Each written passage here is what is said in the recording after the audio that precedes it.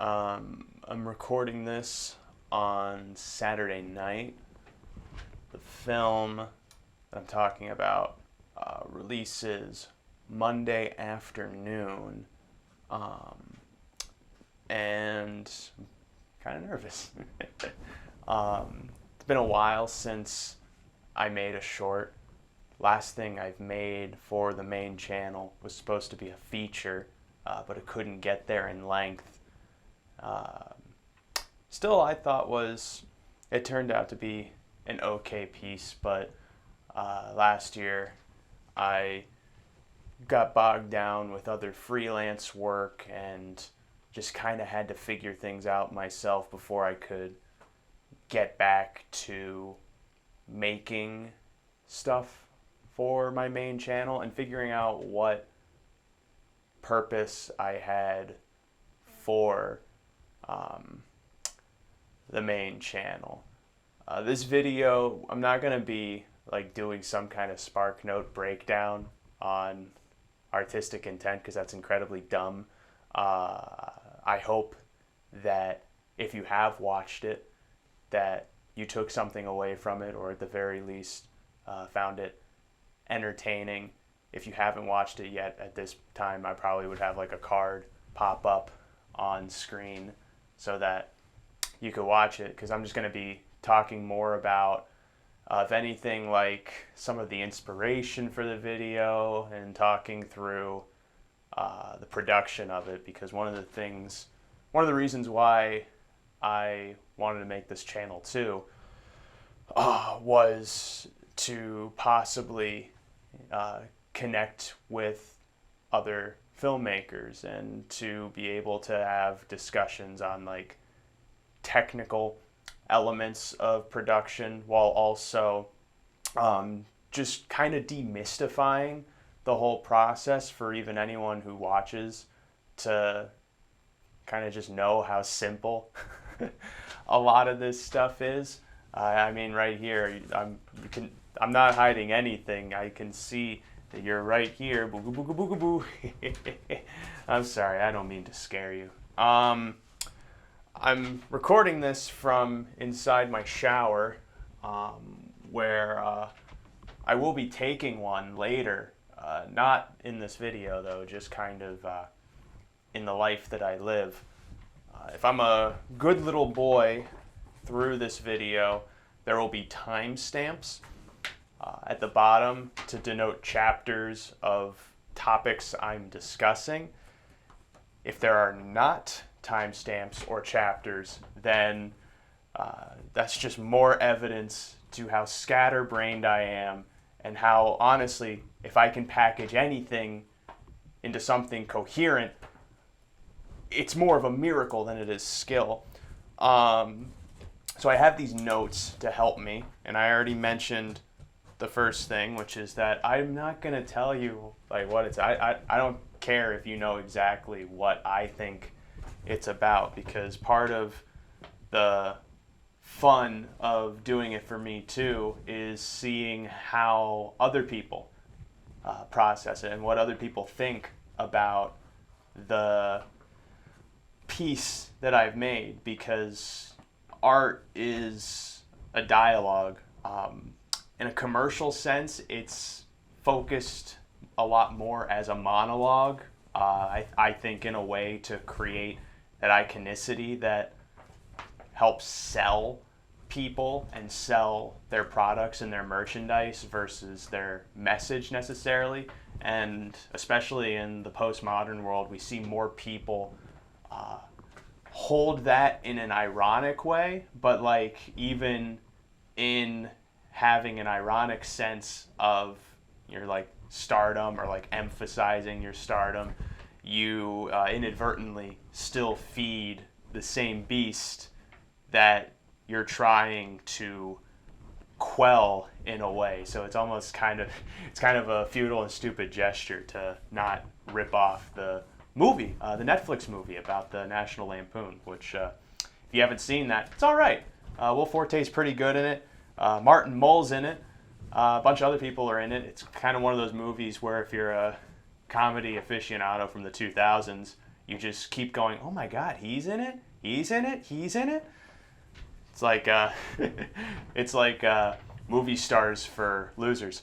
I'm putting myself in that category. I can't even spell Cillian Murphy. So, inspiration. I never thought I would be someone who would be looking like straight at the notes and then just not trusting that I'll naturally be able to get to the points that I'm trying to talk about. It's amazing what trying to package things for people makes you do instead of just throwing it all aside and having a conversation. This piece, for me, was rooted in a lot of thought around one guy specifically, and that's Gary Shandling.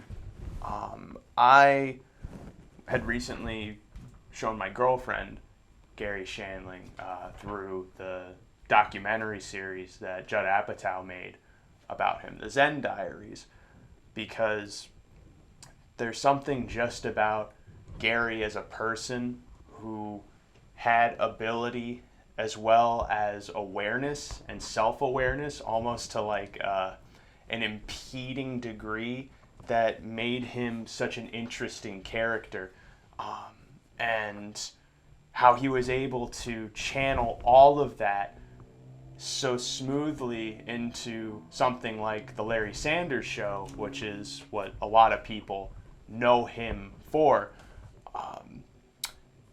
Just left me ruminating on a lot of things, ruminating on just what it is that we're trying to do when we're making anything. Because like one piece that always stuck with me from the Gary Shandling documentary was Gary's emphasis on what your work is supposed to be.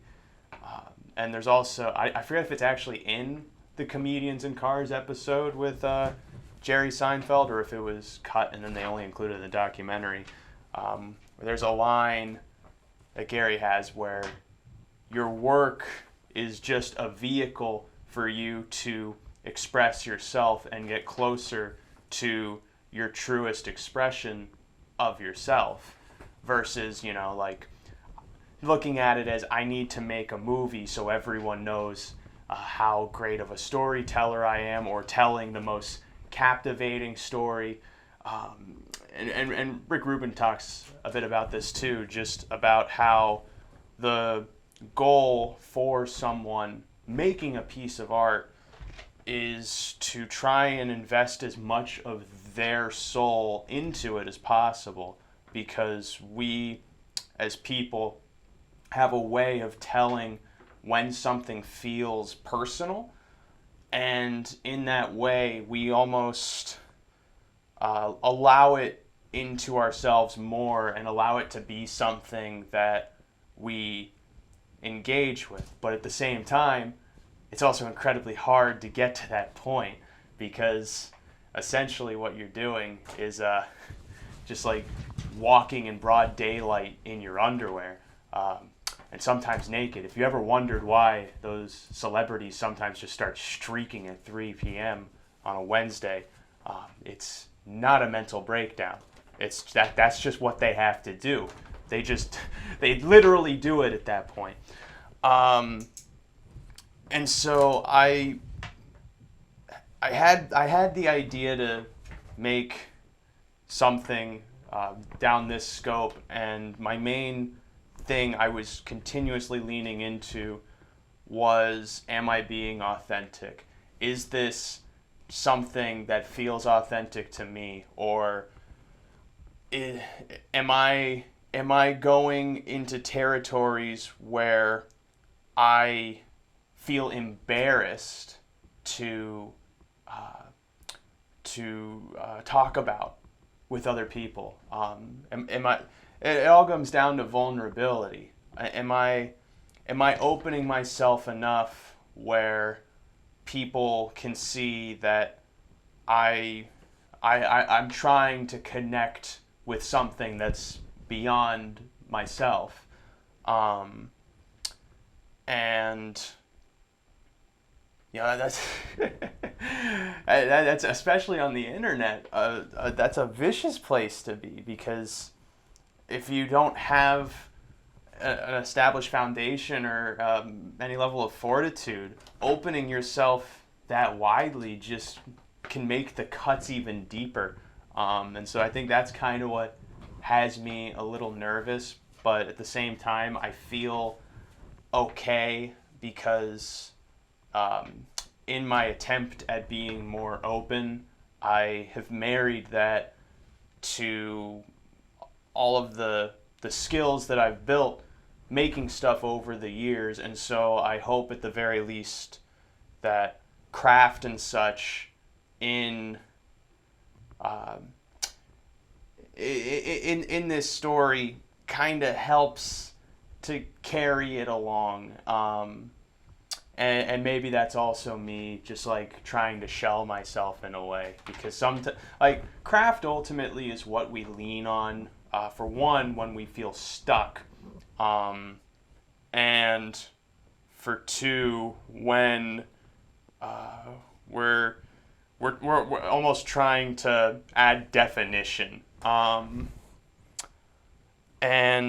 that kind of goes into like my philosophy for making stuff on the internet anyway, which I'm not going to go like super in depth on, but I did my best with this one idea to take it beyond literal,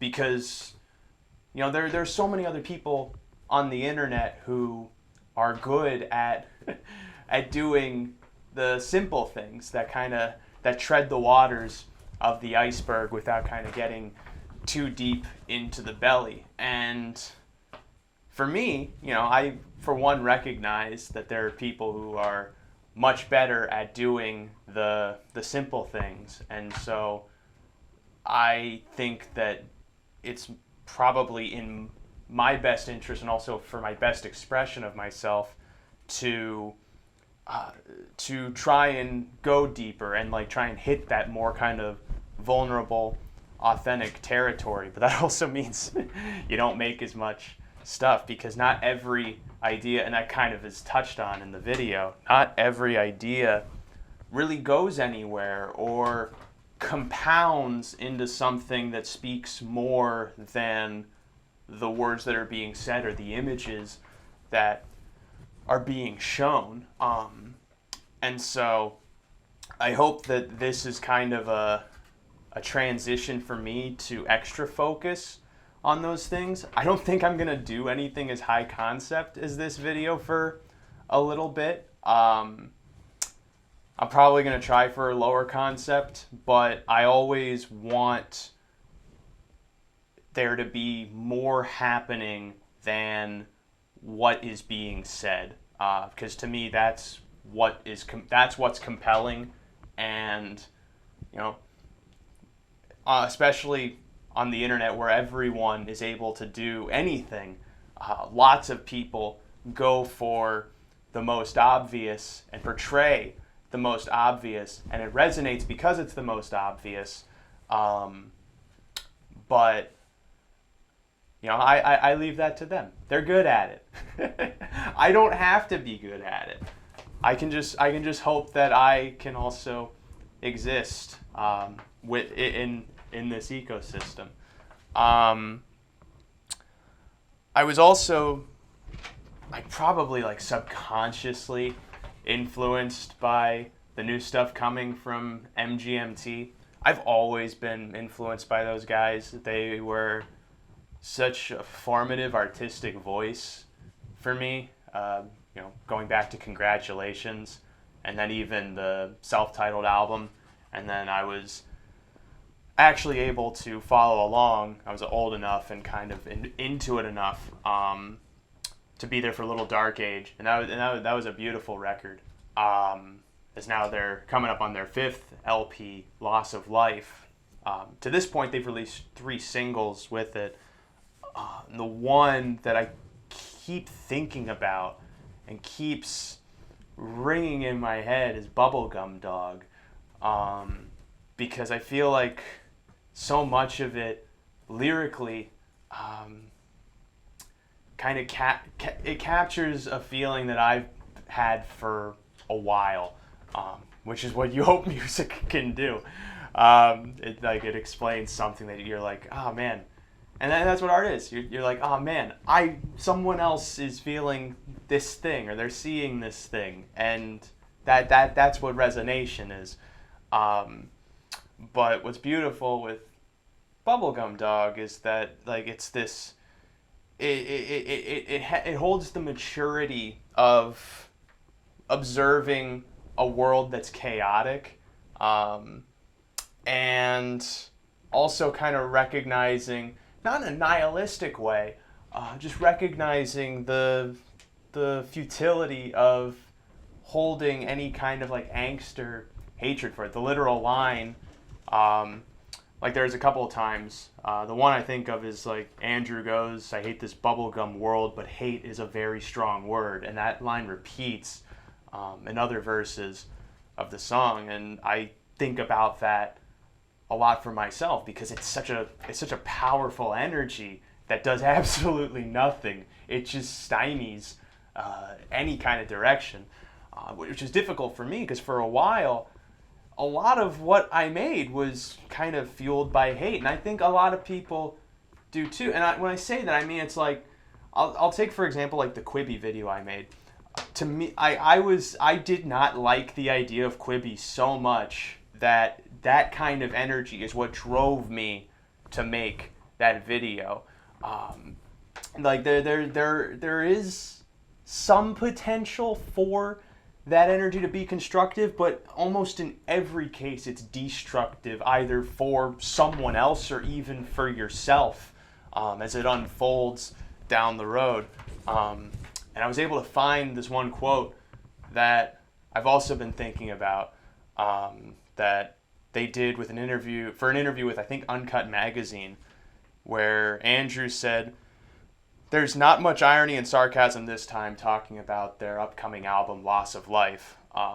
We feel like the world needs something a little less cynical right now.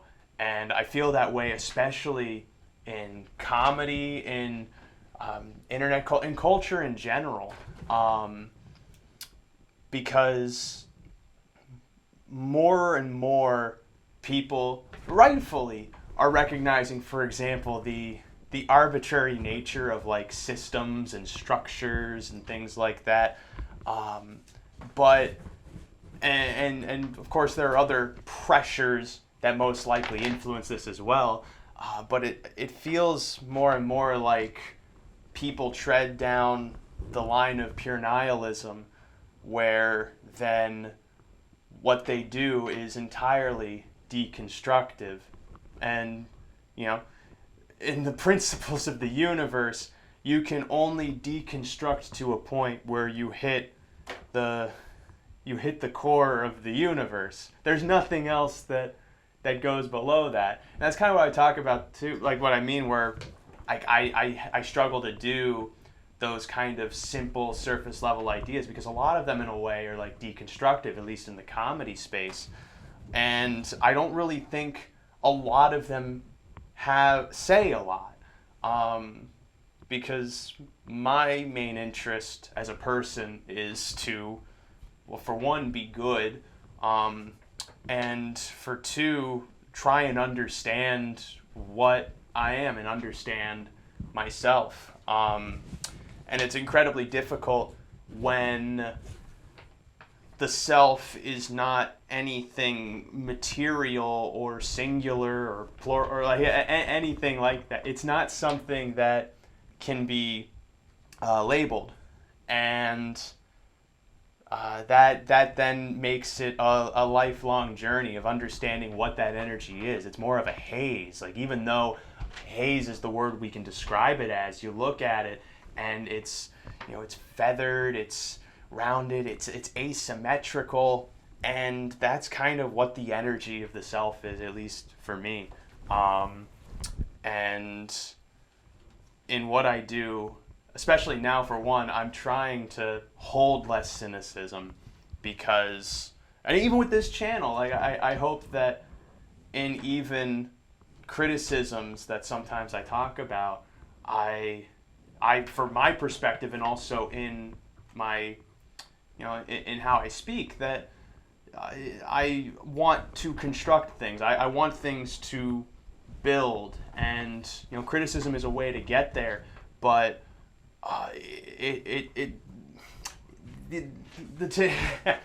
in today's world, there's more treachery to criticism, because then things like dog piles can cause things to deconstruct and destroy. And to all of that, I think of one line from Tyranny, the Void's debut album. It's in the first song, which is titled Take Me in Your Army, just remembered that. Which also kind of, like, the way it's recorded kind of sounds like it's MGMT too, just as a fun little aside. But Julian sings, I'm probably going to have to cut here because I have to remember what the line is. Oh, the line Julian sings is, it took us 1,000 years to build and only a day after to destroy it. And I, especially as someone who's trying to do bigger and bigger things and make bigger and bigger things, that idea is sticking so much more deeply inside of me. And I hope that in what I'm making now, and also just in how I'm living my life, that I'm kind of like remembering that and always trying to focus on building, because like some things should be destroyed, but not everything should be destroyed. Some things. All right, so a lot of that philosophy crap is out of the way. If you just clicked on the timestamp to get here, congratulations. We're just going to kind of talk technicals now. No one cares about that philosophy stuff anyway. I barely believe half the stuff that I say, because I only say that because I'll probably change as a person in a couple of years. God forbid. Okay, so a little bit about the production. I wanted to release this video a week ago, but I found out adjacently that I probably had RSV. That's what I got after Christmas. And for one, I lost my voice. For two, I sounded congested for about a week after, excuse me. My coffee's coming back up. Excuse me. And so I lost a week. I kind of took that week as my voice was coming back to tighten the script and really focus on developing the idea into something cohesive and a bit denser than the focus, if that makes, like, the focus of the video is not the focus of the video. It's a bait and switch. And I'm also kind of experimenting with that on a platform like this to see if it has appeal or not. And like, it also feels like mischievous to describe it that way, because I'm not trying to hide anything. It's more so in comedy, your main element is surprise. And while this isn't like a full-blown haha comedy, my roots are always somewhat in that, and a lot of my interest also kind of rides in blending the absurd with the heartfelt, because that is my whole life. I shot everything on this camera here. It's a Blackmagic 4K cinema camera. I got it a couple of years ago, so it's not like a new model or anything. And then I shot it on a broken tripod. How's it broken? Well, you see that all of a sudden, whoa, what's that? Yeah, it just starts getting rickety because, when I was filming my college thesis film, the lock for the pan broke. And so the only thing I can lock now on this tripod is the tilt. I only say this to show that you can make something on a broken tripod. You could make something without this $1,300 camera, which with its ancillary equipment costs probably $2,000. You can make stuff without this. You can make stuff with an iPhone and one of those cheap aluminum tripods you can get off the Chinese eBay. You can do anything. It's incredible now. And of course, I edit everything in Adobe Premiere. I use the Adobe Suite. I don't have the same amount of problems that people do with the Adobe Suite.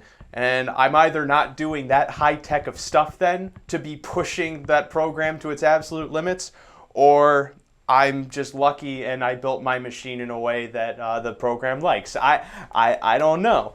I'm not trying to make this a show-off video. But I produced this anachronistically.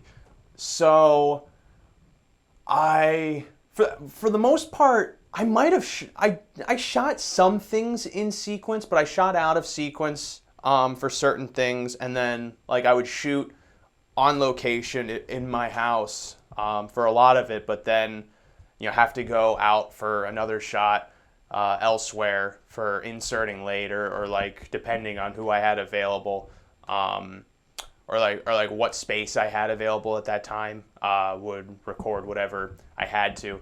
And that was over the course of probably 4 or 5 days. I filmed the first part of it on a Monday, and then I shot the very last part of it yesterday. And so in between that, in like actual movie production, at the end of the day, you would get your dailies, and you would look through all of the footage that you shot and figure out how you're gonna place it in, or like figure out if you can use it, how you can use it, blah blah, all that fun technical stuff. But because I'm not like that, my dailies were I shot what I had and then I threw it onto my timeline and just kind of started putting it in order. And that process, if I had to add the total hours, was probably for one an embarrassingly long amount. Because I know that there are many people much more talented at editing than I am and could probably make the thing I made so much faster. But I think I probably spent around 12 or 15 hours inside of Adobe Premiere. Only one in After Effects, thankfully. Some people love and enjoy diving into After Effects. I don't. If I can stay in Premiere as long as I can, that's my goal.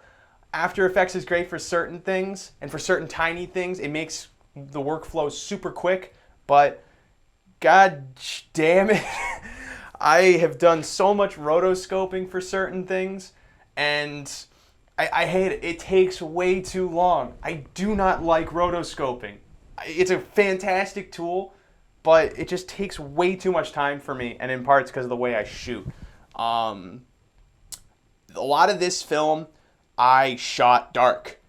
It's dark. Not like in a, like maybe in like an emotional sense, like there are some dark moments, but I've been really investigating the film aesthetic a bit deeper and trying to, I'm getting dusty now, so I apologize for rubbing my nose a lot. I have a dust allergy. I've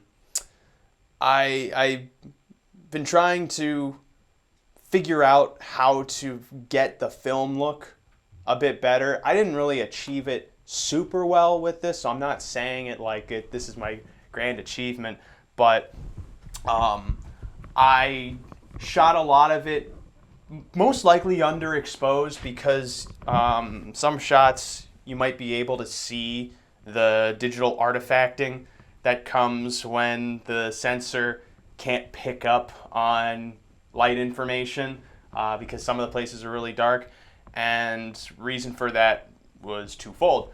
First fold, I never shot anything under 640 ISO. The more stuff I make, I am actually trying to go under 800 because I like having more control over the color. Ironically, considering that if it's darker, I have less control over the color. And this is going to talk to a bigger point later. But then for 2, I wanted a specific shutter. I don't like a lot of things where the frames blend. I don't like that. I want for my cinematography and stuff like that, for each shot, for the most part, to be its own picture. And that requires me to shoot it at a lower shutter speed, lower shutter angle. I use shutter angle, so a lot of the shutter angle I was at was around 75. I had to sacrifice in some places because it was just so dark. So I think the highest I went was 150. And it's kind of noticeable in certain sequences for those that actually know how to pick up on that stuff with their eye. But I have been just trying more and more to light things for one so that I can shoot at a lower shutter speed to get more of that choppy look, which is what I like. But then that also meant some shots were really dark, and even with the added film grain, the the sensor confusion in the dark places still kind of pops up, and even like some of the image fidelity and stuff decreases because of the shadows and stuff casted and the post-production exposure raising. All of this to say, I think the main thing like I'm incredibly self-conscious about with this short was the coloring. Colorists are great. Like the colorists who it's such an art form that I am trying to learn piece by piece. I've always enjoyed coloring my films, which basically just means, like doing color grading, not color correction. I feel like in film, for the most part, there really is no such thing as color correction. Like your color correction is your color grading, where if you think that a shot should be blue, you make it blue. I guess it's a correction if like when you're shooting it that day, it doesn't get picked up as blue, so then you're correcting it in post. But that's a semantical point aside. I worked the most time in Premiere, which many people would be like, use DaVinci. I would. I lost my copy of Resolve. I cannot find the SD card that it was on for when I got the camera. I spent probably half my time in Premiere working on color because everything with what I was working on with this short, I was throwing everything I had at it. And so what I mean is that in making a film, you are making decisions. Like your film is as much the story that you're telling, but you're telling that story through decisions of what you're choosing to reveal, how you're choosing to reveal it. And once you add the more elements you add to your vehicle of presentation, the deeper and more exponential your choices become. And so part of my approach was sticking super fundamental. For one, the wide shot. Wide shot was, for one, stylistic, for two, out of necessity. I'm the only one filming this. I had some help from my girlfriend for certain things, and on top of that, certain shots I felt like didn't need it. Wide shots help provide an atmosphere and uneasiness at times, but also help capture a portrait. And that ties into a piece of cinematography, which is the idea of like every frame a picture. I have been working more since making Make the Best of It to frame things in a way where, regardless of what's happening story-wise, what is that image saying? Because if you can have an image that's telling its own story without the dialogue or like the overarching narrative that's happening, and that's in some way is related to what you're trying to tell, that achieves a layer of depth to the story that you're trying to tell. And all of that also kind of goes into why the second part doesn't have a lot of dialogue. I have always felt that dialogue in a film is secondary. Can you achieve what you're trying to say without saying it? Or there are certain times where you just have to say something to push the story forward. And I think there were certain times in my short that I had to do that, and I didn't do it super strongly. I think it works inside of the piece, but personally, I'm not entirely satisfied with the direction I went, but that's also me being self-critical, going, I probably could have done something a bit more interesting or a bit more creative, a bit more abstract. And sometimes that itself is Sisyphus's boulder rolling down the hill. And so I super focused on how the shots would be framed. And then on top of that, what blocking I have. So like on a wide shot, what is the direction that I'm moving? And where am I related to my background, or how am I engaging with the foreground then? And then the biggest piece is the lighting. What is the lighting for the area I'm in? Because filmmaking, well, cinematography and photography specifically, is just playing with light. People think it's like pointing the camera. I think it's all about your light, because the light tells a story too. And so I was especially focused on trying to light things a certain way, or in how I'm framing it, have the light function as an element of the storytelling as well. So a lot of this short for me was especially technical heavy. And why I want to try and go lower concept next time, because I don't think it's healthy to think of every parameter this strictly.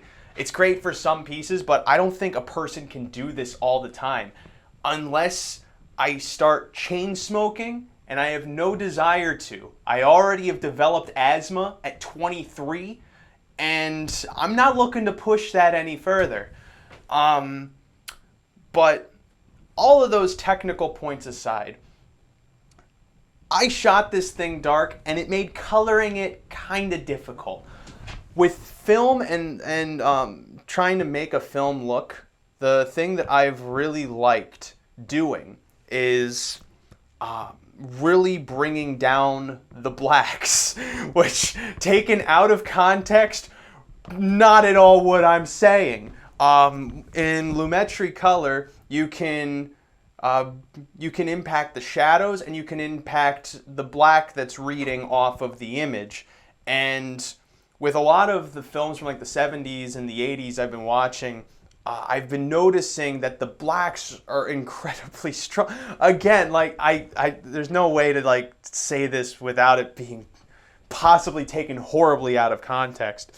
But like, you look at an image, right?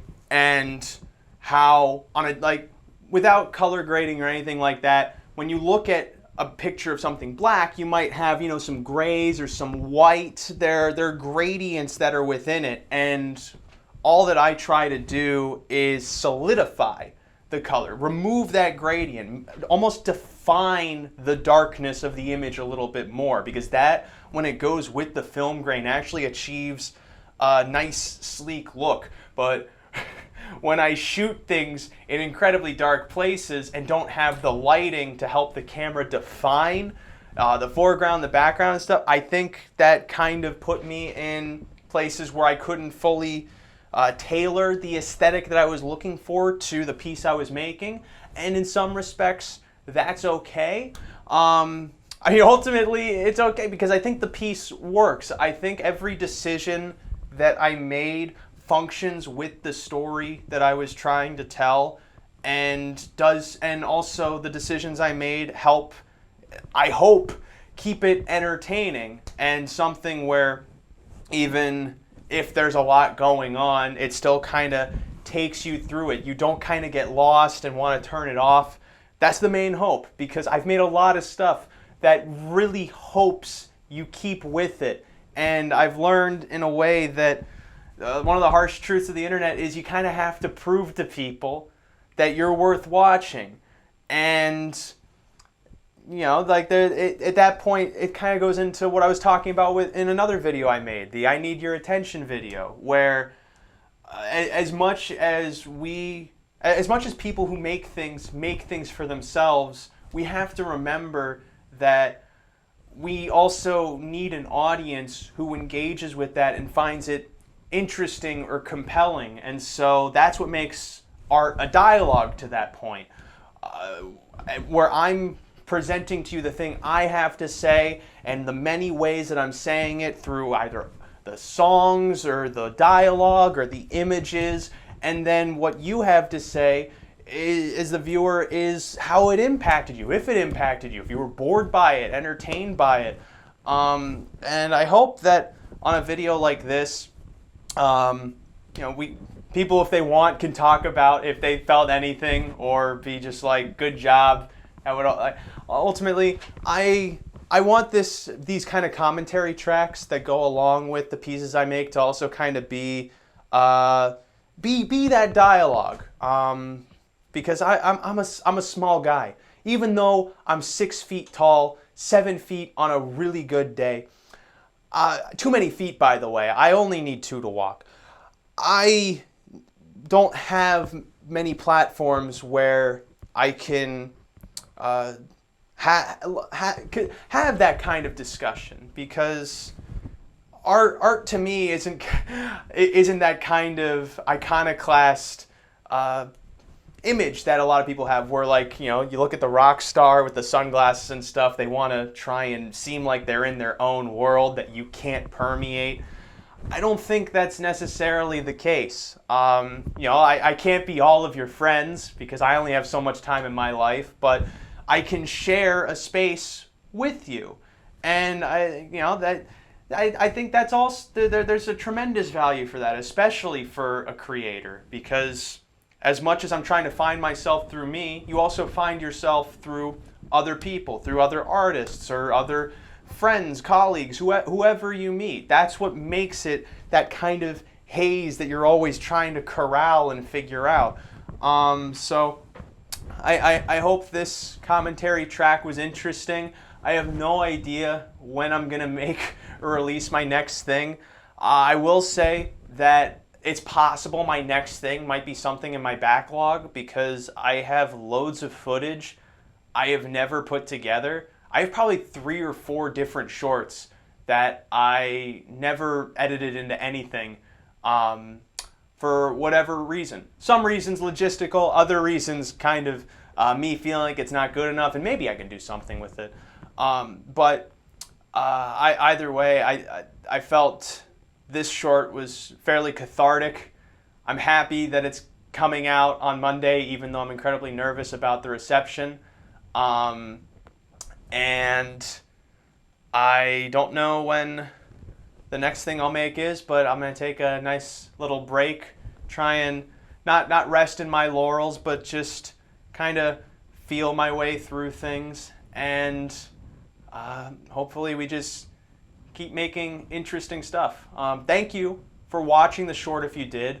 Thank you for watching this if you did. And if there are any more kind of specific things that would be more interesting to talk about inside these commentary tracks, talk about it in the comments. I read them. I feel like it's pretty clear if you look at these videos. I read them because this is a place for me to engage with you people. Yeah, I think I'm gonna take a shower in this, but again, not on this video. In my life that I am also living concurrently to the one that I have on the internet. Thank you if you watched the short. It really does mean a lot. And I hope that I made something that you enjoyed.